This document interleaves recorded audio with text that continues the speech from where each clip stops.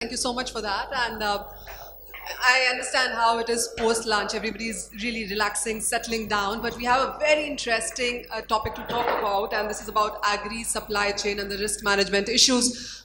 We have been talking about these issues for many years now, but the last 1 year really has thrown up so many opportunities and challenges for various classes, including agriculture as well, known as an agrarian economy, but the kind of challenges that we face, and since we haven't been able to really come over it, the whole idea of getting the panel into the conversation is about what have we done, where are we right now, what are the challenges, and how can you overturn the opportunities as we go ahead.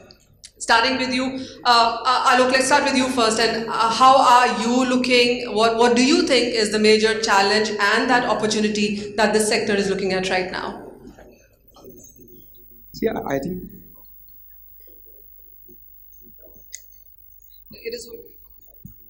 I think there are broadly two issues. I mean, at the macro level, there are broadly two issues. One is the lack of adequate financing at the cultivation stage, which leads to actually usage of suboptimal, let's say, fertilizers, pesticides, and other stuff, which ultimately leads to lower yield. So that is one. Second is the again lack of financing. This thing available at the infrastructure stage. So, for example, warehousing, storage. So this leads to actually wastage and higher carrying cost, and also speculative tendencies amongst the traders. So I think we need to address these two issues, which will help actually the agri financing to actually grow further. We can discuss the opportunities. Well, absolutely on that.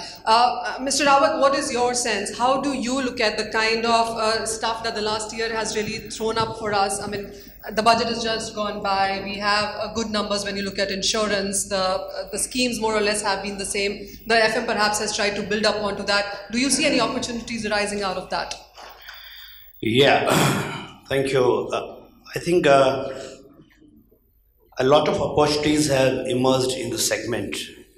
But when we're talking about supply chain management and supply chain finance, we have to identify who is the supplier here. If I ask you who is the supplier here, the supplier is farmer. The biggest opportunity that has emerged today and that is most underutilized is at the farmer level. The farmer to firm linkage, that is where the maximum opportunities have come, whether it is insurance, whether it is farm producer organization, whether it is warehousing under rural warehousing scheme, whether it is small cold storages coming up, whether it is opportunities in small warehousing which is under the priority sector. All of them have thrown a huge opportunity to enable the agri supply chain. Now, only point which we have to remain focused for this entire supply chain to actually realize results for the country in terms of growth for agriculture, in terms of GDP of the country, can we remain focused between farmer and farm first, because we immediately jump from farm to customer, and which is easier to do where most of the companies are coming. This has been left. And I think the opportunities are here. We need to clearly identify them and work upon each of them, whether in terms of policy, whether in terms of financial instruments, or whether in terms of creating awareness. Well, absolutely. That is where the first chain, link of the chain starts. Mr. Singh, would you want to add to what Mr. Rawat has said? And where do you see a major challenge and an opportunity coming in? Your first few words on this subject.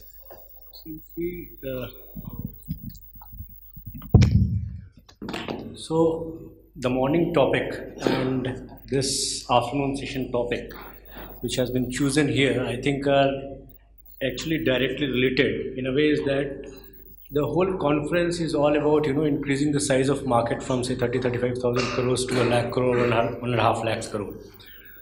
So what we say is that today when we are funding only one part of it. So if I see a direct commodity exposure in terms of warehousing or a pledge finance is primarily on a trader side, or maybe a smaller portion on a processor and manufacturing side. So what Harish is telling is that if we are able to cater to each and every step of a supply chain finance with certain risk framework which are to be given by the environment, in a sense, is that from the government, from the regulatory authorities, and from various participants like exchanges, they are going to help us to reach to certain point of time the numbers which we are thinking of. From bankers' perspective, when we lend, at end of a day, we always say that whatever money we are giving as a as a credit, it should come back to me after a certain point of time once the time period is over. So all frameworks internally or externally, we actually try to build upon it. If you see this commodity finance, the primarily risk which we say is that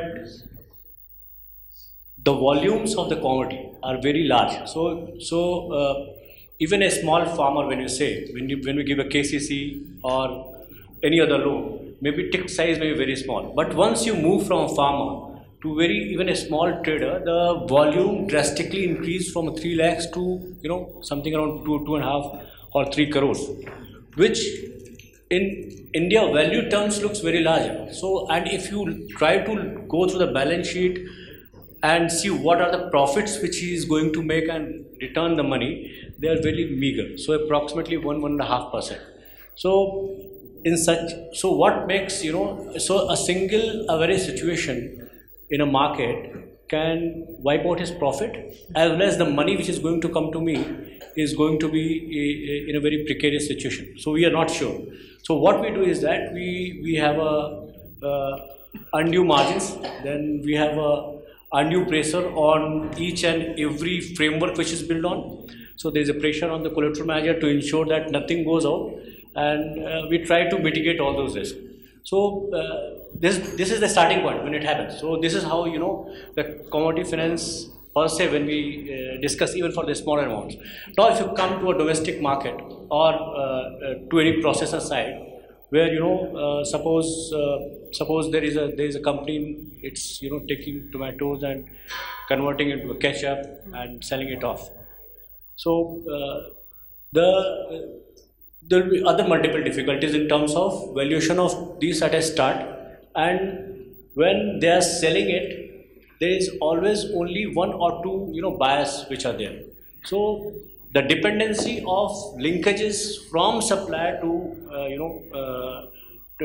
actual lifter or buyer or an anchor is very meager in number. This is other situation which doesn't put us in a very comfortable situation. So what I'm trying to say is that if something goes off wrong, then I should have a framework which I think currently in form of NCDX and NEML is coming, that if something goes wrong, those commodities are there and they can be disposed of very easily.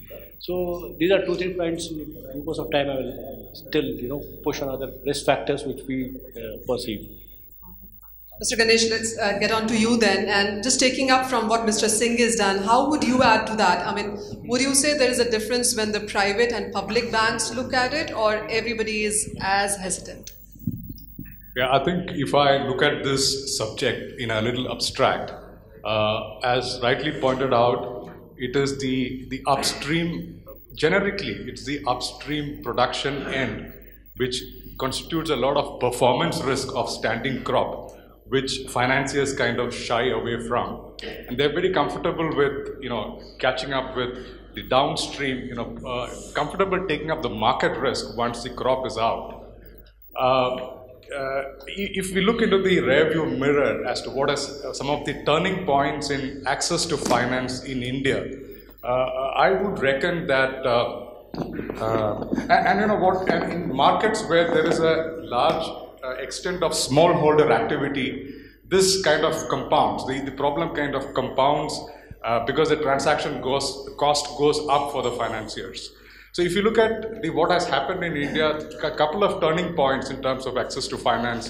First had been the cooperative movement, which kind of got farmers together to give the scale economy. Second, I would reckon that the fact that financiers warmed up to base financing on hard stocks, which is the commodity financing what we are talking about. And the third is the formation of the self-help groups among smallholders, which is kind of an extension of the cooperative movement, or in spirit, the theme is very much the same of self-help groups, which has kind of given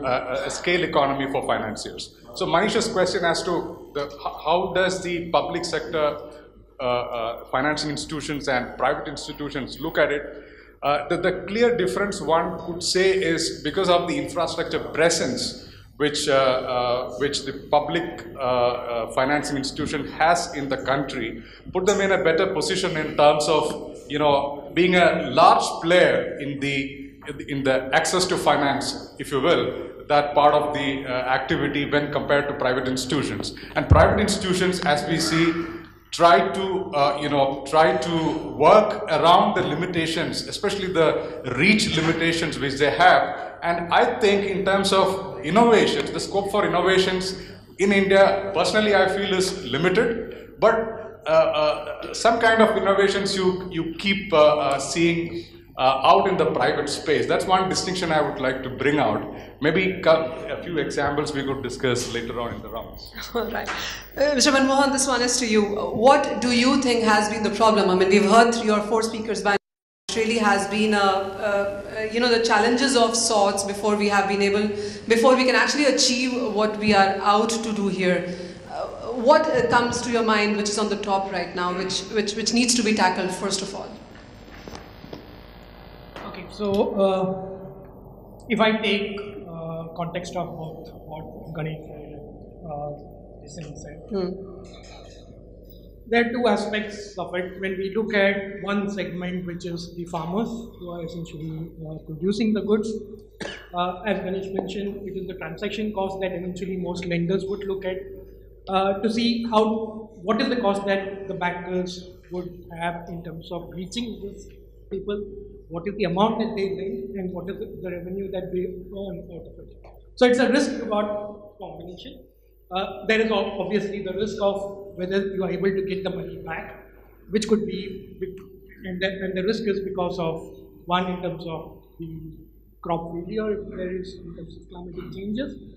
Second, in terms of changes in policies or government policies, if some of the commodities becomes essential commodities, then banks are worried whether that commodities could be taken back and what happens to the loan. And again, there are lots of concerns in terms of political interference, waiver of loans, which could be another area of concern for most banks. Right? And this we have seen from the largely PSUs of the cooperative banks. That is the world. If you look at the next chain of supply chain, which would be say the traders or the processors, banks are probably a little more willing to provide a finance, but as Mr. Singh said, that the value would be a little higher. And then intricacies in terms of what is the financial standing of these companies come into effect. There is a significant amount of niche bankers who provide structured commodity finance, which would be on the back of pledge, and we're talking about warehouse financing. But not necessarily most of these traders would have significant amount of capital invested in commodities and able to get working capital financing to that extent. So we still need to look at those aspects as well, and that is where the concern comes in terms of integrity, in terms of where the warehouse is, what happens to the commodity. I think these are the things that one would see. And we almost seem to be covering every part of the chain right there. So you're the last one now on the panel. What is your sense? What are you picking up? Are you in line with the concerns that we have on the panel, or are you adding something more? So I'm not a banker among all of them, so I'll add my different view to it. So we at EY had a chance, I guess, a few years back to work with the Associated Ministry of Commerce, and we looked at the agri value chain in depth, and certain themes came out of that. And what we noticed is additional financing is required in the pre-harvest stage, and then there is more to do on the supply chain financing throughout that. Second thing that came out of it was we saw a lot of disruption. So since it was a long supply chain, there's a lot of disruption in pricing along the supply chain. And finally, if we take that agri sector and compare it with other commodity sectors, what we find is there is a higher degree of underdevelopment in this sector. So those were the themes that came out a few years back. Coming forward, so what we see now, there are challenges structurally, there are challenges in the risk management, and there are challenges operationally as well. And yeah, structurally, I would align with everyone that the concerned person, the farmer in India, for example, versus the Western world, the key difference over there we have is the land holding. And if 75%, some gentlemen quoted 75 to 80% of the farmers in India are marginal farmers, so they are either small or very small land holdings.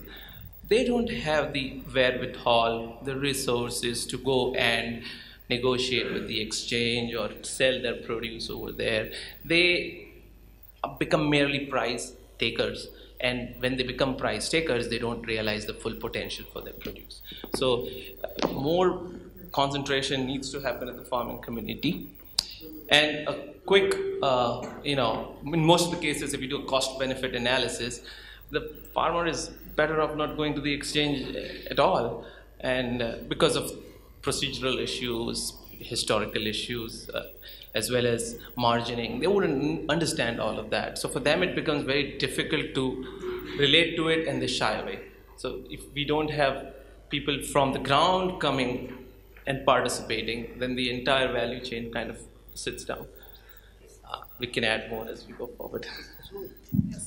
See, adding to him, what I want to say is that ultimately, when we go for a funding, we say that, if everything is perfect in terms of my collateral manager is ready to give me a receipt, still at end of a day, when we are doing a funding, even in the morning session, there was a discussion on that we don't have, there may be a possibility that we are double funding the stocks which we are pledging in.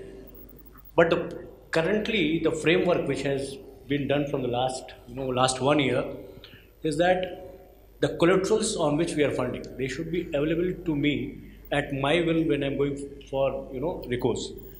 So one good thing which has happened in a framework, but still I will blame that bankers are still not doing it, is that that filing of a charge. So the pledge which we do, so from the regulator there is a push that charges which we are the commodities which are pledging, they need to be filed and charged.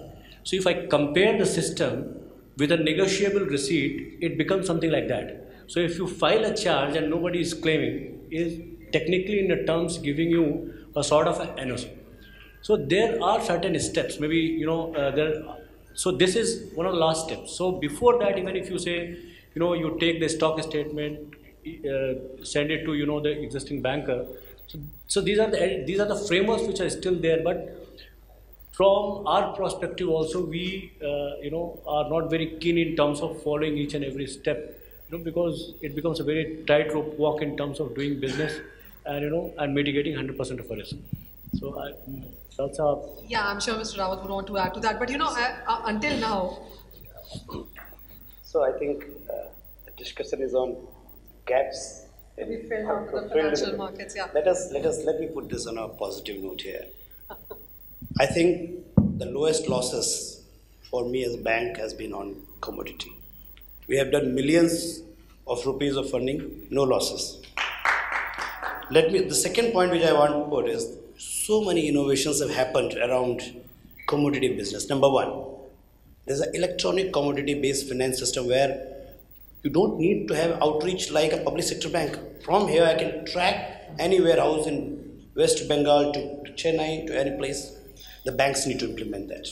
The third is, there are products which have come where you can work with exchanges, with CDSL, with NCDEX. All those innovations have come and the bankers have to come forward. So that is only on putting the supply part, on the commodity part of it. The things is, the points which we are raising is, what are the gaps which is breaking the entire supply chain? Is it only? When it is all bankers sitting here, so we all know the problems and the issues here. So why is it not happening? When you say there are enough and more products available, then why are you not going forward? Why are the bankers not going ahead with it? Why is the hesitancy? Is it because the losses have been made, as you pointed out? Losses have been the lowest, I said. The experience may have been few years back, not very good, but if you ask the bankers now, it is one of the safest product. Because what happens, you stock the product when it is in the glut season, when it is a peak season, and eventually you take a margin, and when you sell it, there are very low chances, unless something which is not in, you have not funded properly. So why it has not picked up is probably we have tried to address a chain beyond warehouse. We have focused only on warehouse, some further to the, but we have not tried to address the farmer to warehouse linkage. What we are suggesting as of now today, a farmer, because they don't have economies of scale, they simply dispose of their produce in the village itself to money lender or landlord, because it doesn't have economic scale. He has to go to 100 kilometers to a APMC or a mandi. Now the suggestions are coming. Can the warehouses which have been created in every villages, can they be given the status of a mandi or a private market? We are talking about that APMC status. So what will happen? And ENAM, ultimately ENAM. So I think if all these initiatives have started, we are at 20%, 10% of the potential. We say 8 lakh crore is only the pledge finance. Another 10 lakh crore is required for putting up the supply chain. 20 lakh crore is the potential which has to be realized to create a sustainable agri supply chain. So we're not even half of there. We're not half, we're 20%. So what would you propose at this point in time? Since you picked it up from where Mr. Singh left it, what are you proposing that needs to be done right now to achieve that? The first thing a banker would be comfortable is if he has in his institution created a robust framework for risk management, number one.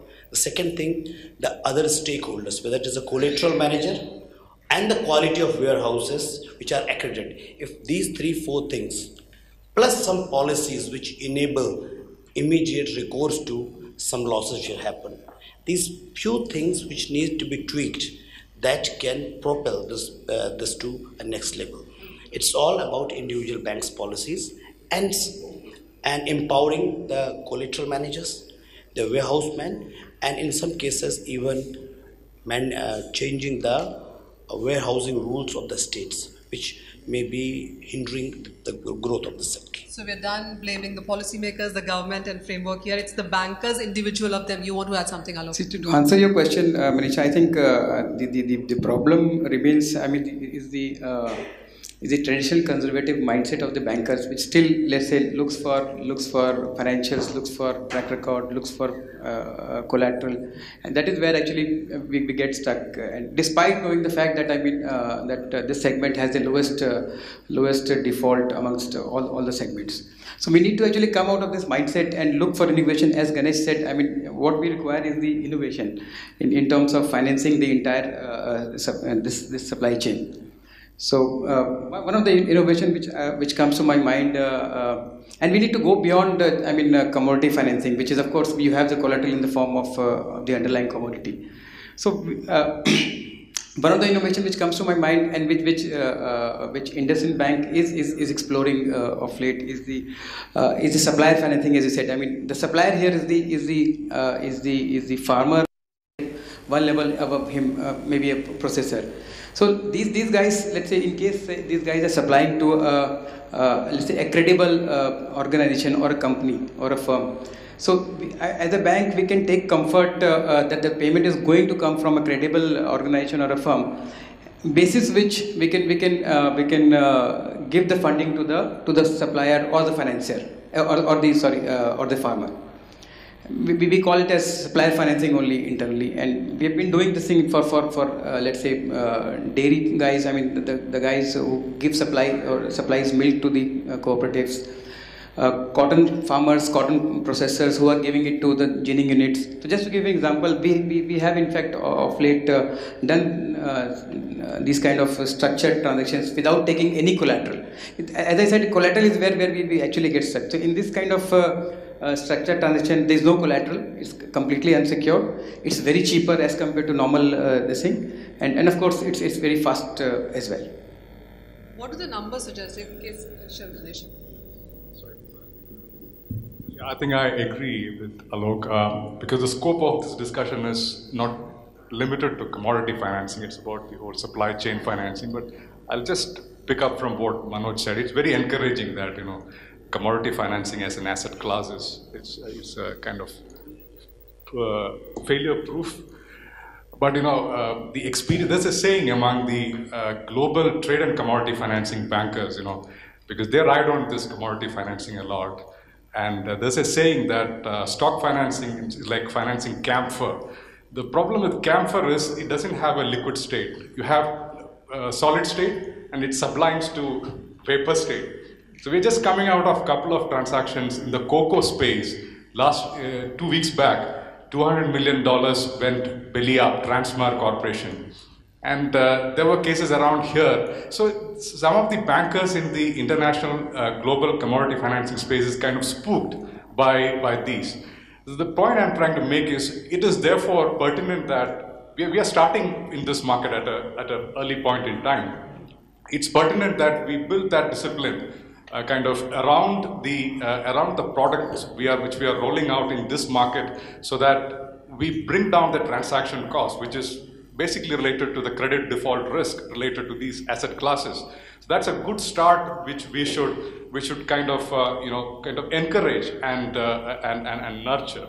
That's one point which I thought I should add. That's really valid. Mr. Manmohan and whoever would want to take this up on, when we talk about agriculture and finance and collateral and all of those markets there, it always is the kind of challenges that we face there in sense of weather, in sense of the crop, the quality, the yield and all of those matters. But what has been the learning, as Alok was also pointing out, it is commodity to commodity, sector to sector. It perhaps is also the international learnings that we have. So what is that one thing that draws us, that is a need right now that we need to focus on? From a perspective of the commodity, I think one of the reasons could be why bankers have been averse to the fact that the commodity prices per se has fluctuated quite significantly over the last 3 years. And I'm quite happy to note that there have not been much of a significant losses, but there have been instances that I'm aware of, and I'm coming from a logistics firm currently who is now ventured into financing for trade finance, and it's coincidental that a significant portion of the need comes from commodity players who are traders. And we have talked to international global players in the commodity market, and their worry has been that sometimes when they procure goods from, say, Africa, they are not sure about what is eventually shipped to them. There are players in Singapore, for instance, who have gone bankrupt because of one particular shipment which they have procured and which is exported, eventually turns out to be a container full of stones. These could be possible worry areas for banking perspective. From a commodity perspective, yes, the learnings could be in terms of banks having enough resources to understand what the commodity is all about. As he mentioned about the fact that there could be individual vagaries that a particular commodity goes through. What are the demand and supply impact on a particular commodity? If Brazil, for instance, has an oversupply of sugar, it would have an impact on prices in India. Do we actually understand that? That is something that we need to inculcate within the banking sector. Like I said, there are only very niche commodity. So is skill really one of the issues? Is it? No. So I don't know about other banks, but I can tell you that, especially when it comes down to funding on commodities. In our bank, it is the first thing which they ask is that what is the collateral other than the commodity. But with me being as a commodity guy inside of that, have to give a full comfort in terms of how the markets are working across globe. So if I talk about soya, so I talk about soya in USA, I talk about soya in Brazil, I talk about soya in Argentina, what is the crop cycle, what is the sowing, and everything else. And even when we take a call, it actually we focus on all these things, and then we come down to credit. So today, when we started around 5 or 6 years back, when we started in Yes Bank, it was actually pure credit call on a customer and a cash back analysis. But now we have moved from there to actually analyzing the commodity, its cycle, the prices, the way they are moving, and who is the anchor, who is the buyer, and who is the supplier. So on a full chain, from growing from farmer to the export side, we are funding at each and every step of that chain. So there are various when we go for a export of thing, say in a soya or in a sugar, we actually also perceive that is a country risk. So when something is coming from in Africa, in terms of when we are using LC for an imported thing, we are very cautious. So in that case, if we are taking a credit call, it may require some hard collateral, or especially the commodity that's still out here. So, for example, there is a customer who wants to say export rice, so which is one of the very dominant thing for us on the agri side.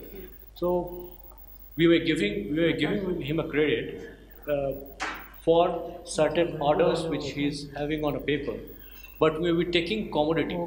So there will be two teams which will be involved. One is a trade team which will be actually doing his own ways of trade, the way it has been written, copybook style, in terms of representing it to the bank, to the regulator. But on comfort side, we'll have a commodity in place, and we'll monitor the commodity as if it is going to Africa, whatever the risk which is associated with the country, and even the prices. So, for example, if you see the prices of say paddy, say they have gone from 1,800 rupees to now 3,100 rupees.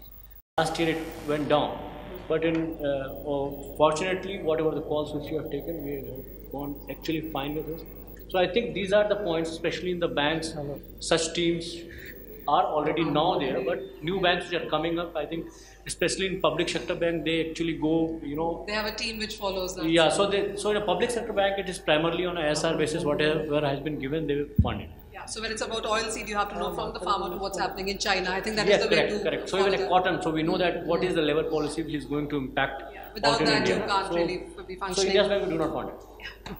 Hima, let me come to you. And everybody here, of course, have their own individual experiences on how they work, how they have been working, their own opportunities and challenges here.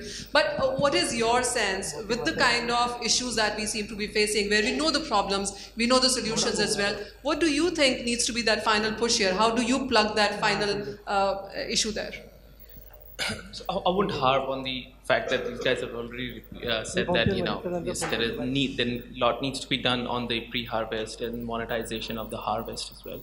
So let's see what we can do on the further end of the supply chain. And I think the challenge comes and the opportunity comes here for us is that a few years back, yes, we went through a phase where we saw bad scam. Because of defaults around warehouse receipts. We found out the warehouses were not adequately stocked. Now, what can we do in that space? So the regulators have come into action. WDRA has set up a central repository. Now, what will that do is that will give the farmer the advantage of taking that warehouse receipt and going to the bank and saying, yes, I have this. This is mine, and I can get money out from that place, from the bank, and then further look at exchanges which will give me an indication of what's going on and what's the market expectation in the future, looking at Indian exchanges, global exchanges, and then saying, yes, now I can produce this and maybe lock in my price right now to get my cash flows. That, and then second, the budget, we went to the ENAM, and the APMCs were there initially. Now, if we have a platform like ENAM, along with having a vibrant spot market, what would that do is give more impetus to the forwards market, the futures market, and the more vibrant the spot market is, I think the length of the contracts that are available on the exchanges will increase. The foresight that needs to be given to a producer will enhance. That what will that bring is more clarity in pricing, decimation of pricing, and also the warehouse receipts will provide the quality check that's necessary for every banker or every person in the supply chain. Alok, sure. I also want to add to what he said, and then you start answering that. So, where do you see an immediate need of plugging these gaps?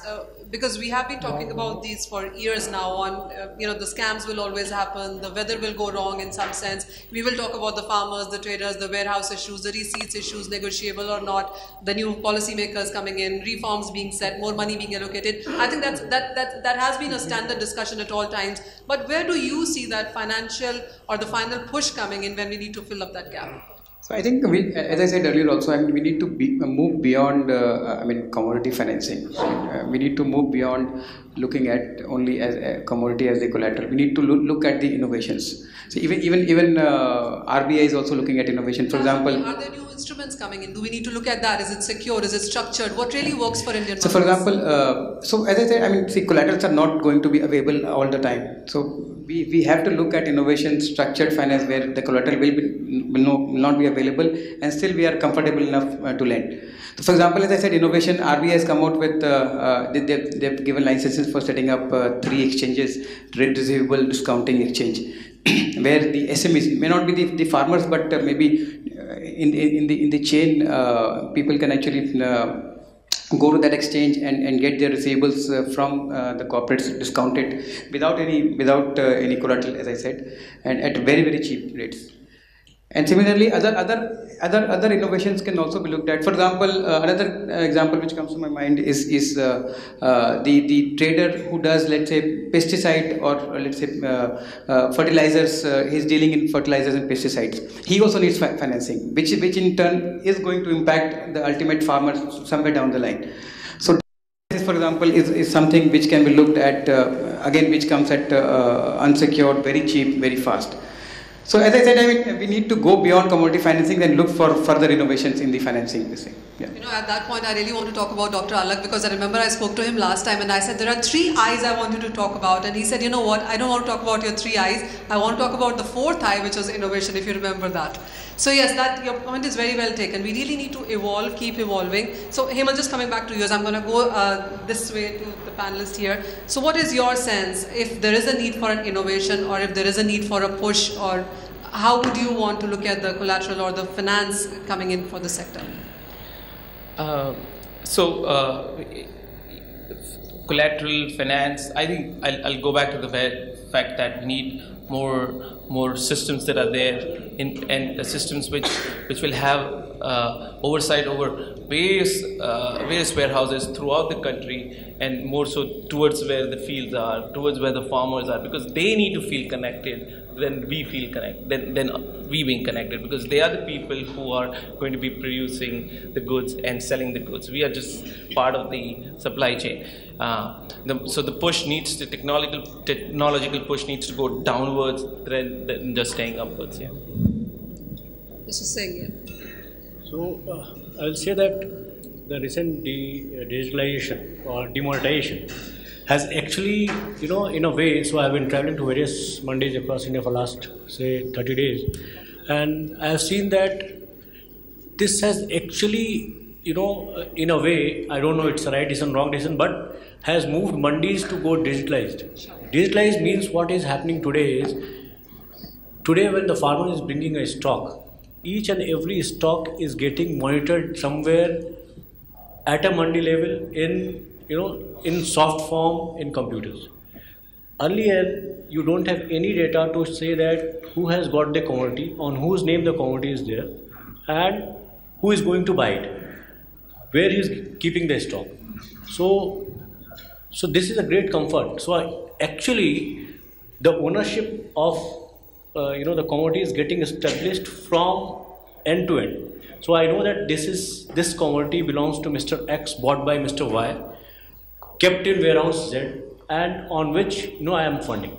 You know, we always talk about on how we see some papers on number, then there is this market talk, but the ground reality is very different. Do you see the kind of reality changing that we are? Yes, so I can cite you an example where district collectors are now taking meetings almost on a weekly basis and saying that these data have been entered or not.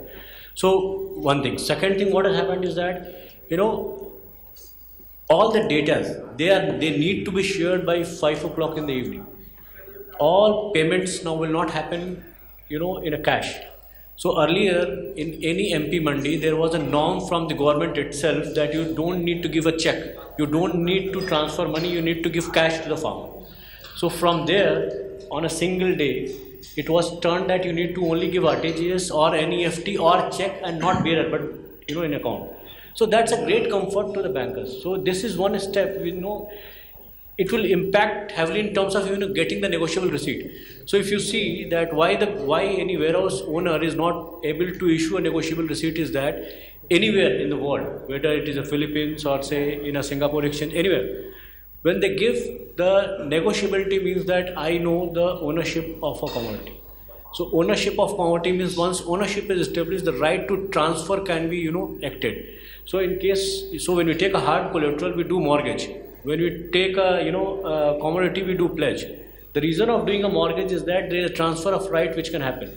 When you do a pledge, the ownership is in a form questionable, but there is a plus and minuses of it. So this is one thing which is going to happen. Actually, then now what happens is that the negotiability will come into picture. People will be comfortable to issue the negotiable warehouse receipt because there is a transaction which is moving. So I think these are the steps. It's going to change. Yeah. And as we were discussing, Mr. Manmohan, this perhaps is the longest value chain or supply chain that we see coming in for the commodities, and there are bottlenecks across at various stages. But with the things changing, what is your sense, your comments on how will we plug this gap? So I think one, in terms of transparency, that will drive a lot of things in terms of providing financing and the comfort that banks provide. And as Alok mentioned, we should also look at the overall supply chain. For instance, we at Maersk used to help fisheries in Gujarat to figure out how to export their goods. We help them find the consignees abroad. And then now we have entered the trade finance space where we can help them fund them for the fisheries that they are exporting. So these are innovations that we are thinking about, helping them to obtain finance where they don't have to necessarily go to banks and provide hard, tangible collateral apart from the commodities. Because essentially, where we entered into the space was the fact that we felt that there is a need for innovation. We are the ones who are transporting them. If we can provide financing based on the fact that the goods are being transported through our ships, that itself provides value to the end supply chain. And that is why we thought that we can provide value. Mr. Rawat, you and we've heard on how there are still some needs required. So much needs. The only point is, which I would like to reiterate, I think who are sitting here in this audience, the only we are talking about pledge finance, but the needs of the players in this market are multiple. They need short-term credit, they need pledge, they need overdraft, they need bank guarantees, they need term credit, they need credit for export purpose, they need. So what we are trying to say, there are products already available that is not being extended to this sector. And that's why these bottlenecks which we are saying, that gaps are existing. We're still stuck with a warehouse, produce is stored there, and on that I will give a pledge loan. Therefore we have to be not innovative enough, but we have to extend even the basic products available to this segment, which are already available. Maybe the way we analyze it would be a bit different, the cash flows may be different, but this segment needs various kinds of financial instruments, whether you call it innovation or whether you call it extending the similar things to this segment. That would enable, enable the supply chain. I hope only a small part of it is being addressed. The remaining part is yet to be addressed. The bankers need to understand that. Thank you. What would make bankers understand that? The bankers need to understand that First thing is short term we have to get out. We are driven by production led credit. Every time 1 year credit. If you see the priority sector, 70%, 60% credit is on crop loan, which is 1 year. It is just for continuity of agriculture. Nothing has happened for capital formation in agriculture. If you have to do capital formation in agriculture, you have to create a capital, which will be through term credit, which will be 3 years, 5 years, 7 years, bank guarantees, multiple things. So the point is, even from the banks and as a entire community, whether it is the government and the banks, the thing is in agriculture sector and therefore in agriculture supply segment, we need to have a strong focus on creating real capital formation. When that focus would be put in the right place, whether which is in, I'm saying in the priority sector, I think the money would flow there. The priority sectors, money would have not flown even to the agriculture sector. It is because of priority sector, 40%, 20 lakh crore and close to 8 crore into the agriculture sector. That flows because there's a priority sector, there's an obligation. Under that, the obligation came for small and marginal farmers, 7%. Therefore, another 4 lakh will go to them. If those minor changes in RBI will also happen and a focus on capital formation, the instruments, financial instruments will change. Today they are short term, they are only for continuity of agriculture. It is not going to take us there where we want to go. The financial instruments which will enable this will be multiple, not the only one which happen. Very well put. Mr. Ganesh, your final points on this. I agree with Manoj in the fact that most of the innovations, what we are hearing right now, are incremental adjustments or innovations to the major asset class, which is commodity financing. But in the larger interest of the entire commodity supply chains, innovations will start when we start investing, as Manmohan Singh mentioned earlier, that when we start investing in skills, Manisha mentioned, in knowledge, in market intelligence, understanding the commodity, understanding the supply chain. So from that point of view, some of the low-hanging fruits for financiers from an innovation point of view is to align with those supply chains which are relatively more organized. Why do we see more, flow of funding into sectors like dairy, poultry, in sugarcane, in some of these commodities where you see relatively more flow of finance because these are relatively more organized supply chains. Similarly, if we look at some of the commodities like, say, tea, for example, there is institutionalized, very strong platforms like the auction house, which has been running for 100 years. And where the incidents of defaults are very minimal. So can we understand those supply chains? Can we understand those institutional mechanisms, work around those to create some solutions or instruments or whatever we call? That's, I think, is an investment we have to do. In the morning session, my colleague Narayan mentioned about a Milk Flex Fund instrument which Rabo Bank rolled out in Ireland for dairy farmers. It's the basis is that you try to understand the milk supply chain there, understand the cash flow volatility there, and then innovate a financing product which is in sync with the cash flow for the farmers. So that's when it comes to innovation. And the good news from my point of view, for the players upstream in the supply chain, which is the producers, the farmers in the Indian context, is that if some of the reforms measures and some of the development spending which is announced by the government takes shape, materializes, that will be a good tailwind for that part of the supply chain to get access to finance, like increased spending in irrigation, the reforms in the market reforms, penetration of crop insurance. All these will contribute towards bringing down the transaction cost. Maybe we are a little longer away from that, but I think all this will contribute towards bringing down the transaction cost for the financiers. That's my. Yes, it's a long chain, and it's crop planning to post-harvestation. I think it's a long chain and a long period that we really need to look at. But Suresh has been signaling me, and I think we can take a couple of feedback, comments, questions that you might have to enhance or put this forward. Sure. Starting, I have a question for Mr. Sanghvi. In the course of you having done your research on the field in terms of the agro financing chain, I was wondering if there was a way of mapping farmer debt. As it is tracked on his way of borrowing pattern has been successful. As he paid up his bills, like Mr. Rawat said, it's one of the best performing sectors. But there have been instances where a farmer has taken money from his RFP upfront, and then he goes and deposits the material at the warehouse, and then automatically comes to use financing. So have you seen, is there a possibility of doing something on that front, which is shared by the client, which allows you to mitigate this once and for all, like you have some kind of a map in front of you, okay, how the performance has been of particular loans? First, I'd like to correct you. I'm not a banker. I'm the only guy over here is not a banker. So, excuse me. You've done research. So yeah, from that point of view, I'll answer your question.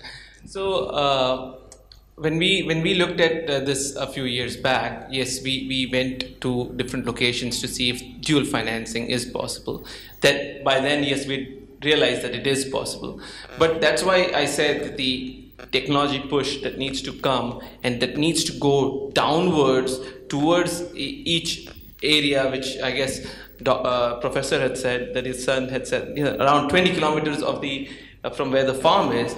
If we can get market intelligence right up to that level, then yes, we should be able to negate what dual financing had happened in the past in future. I think we're good to take one more comment. Sure.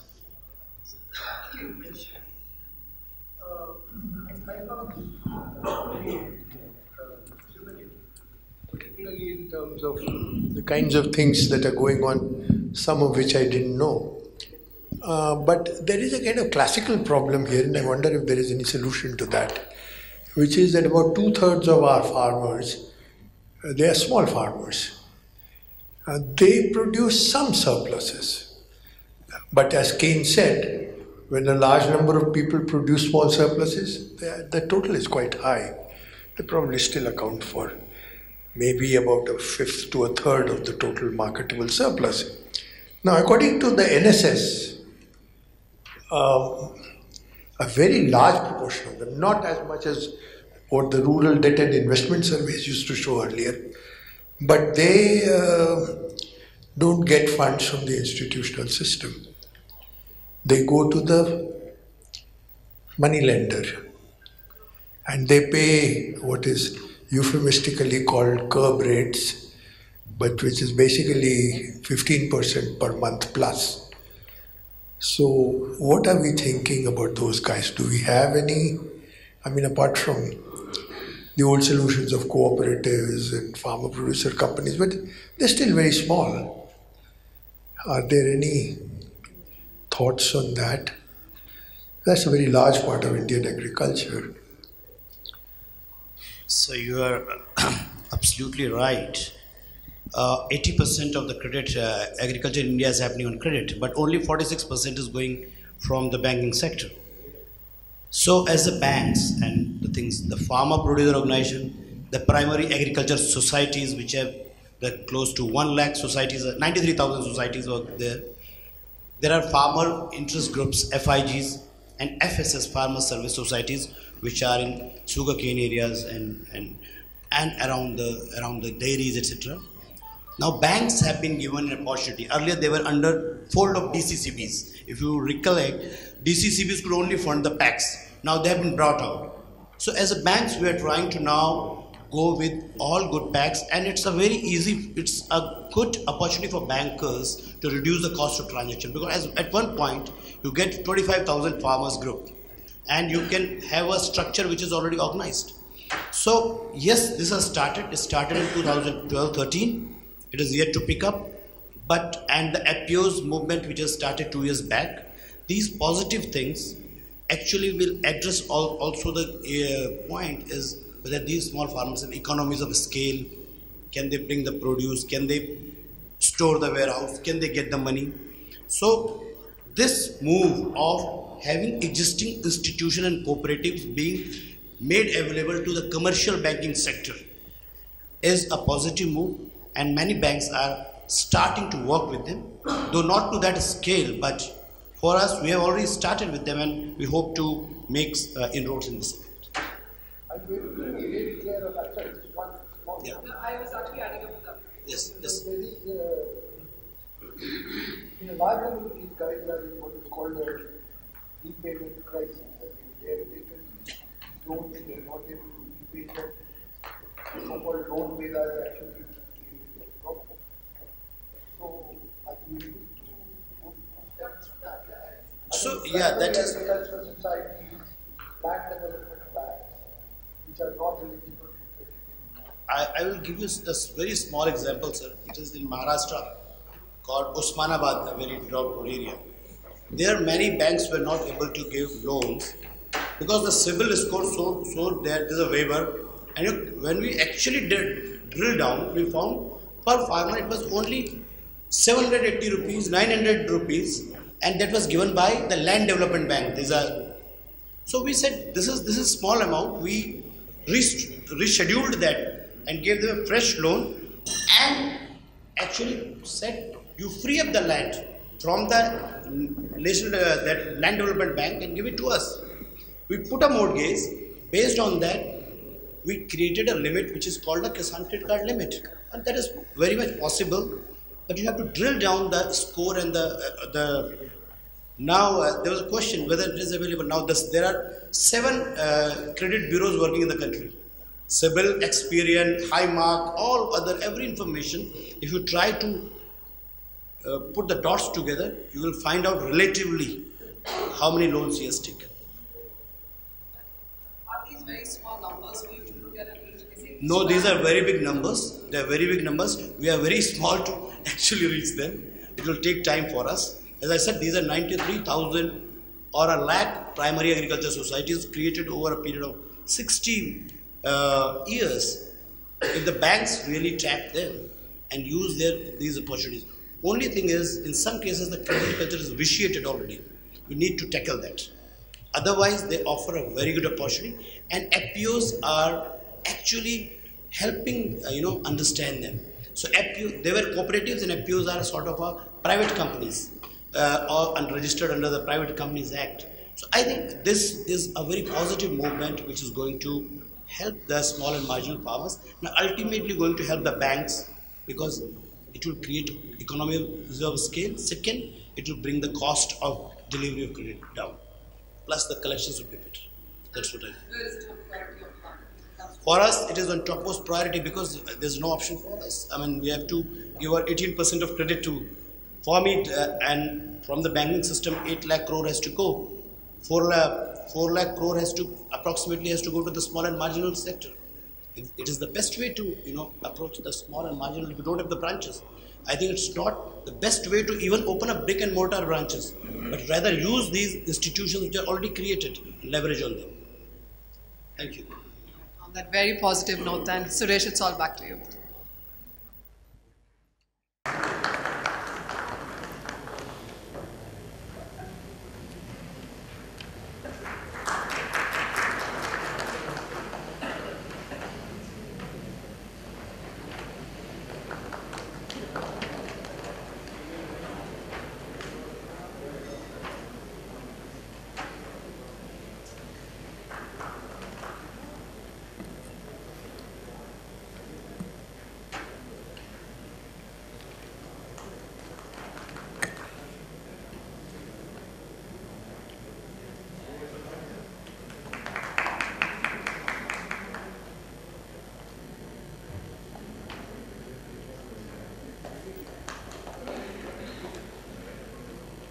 Thank you, Amit, for doing the honors.